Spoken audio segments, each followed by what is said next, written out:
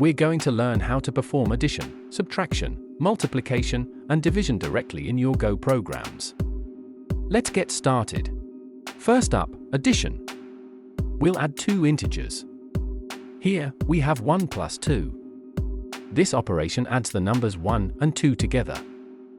After running the code, the output displayed in the console is 3. Addition is straightforward in Go, just like in most other programming languages. Now let's look at subtraction with floating point numbers. Here we subtract 2.2 from 5.4, which is written as 5.4 minus 2.2. When we run this, the output is 3.2. Floating point operations are also precise and straightforward in Go. Moving on to multiplication. Here we multiply 3 by 4. The code 3*4 multiplies these two integers. The result of this multiplication is 12, displayed in the console after we execute the code. Multiplication follows the standard arithmetic rules.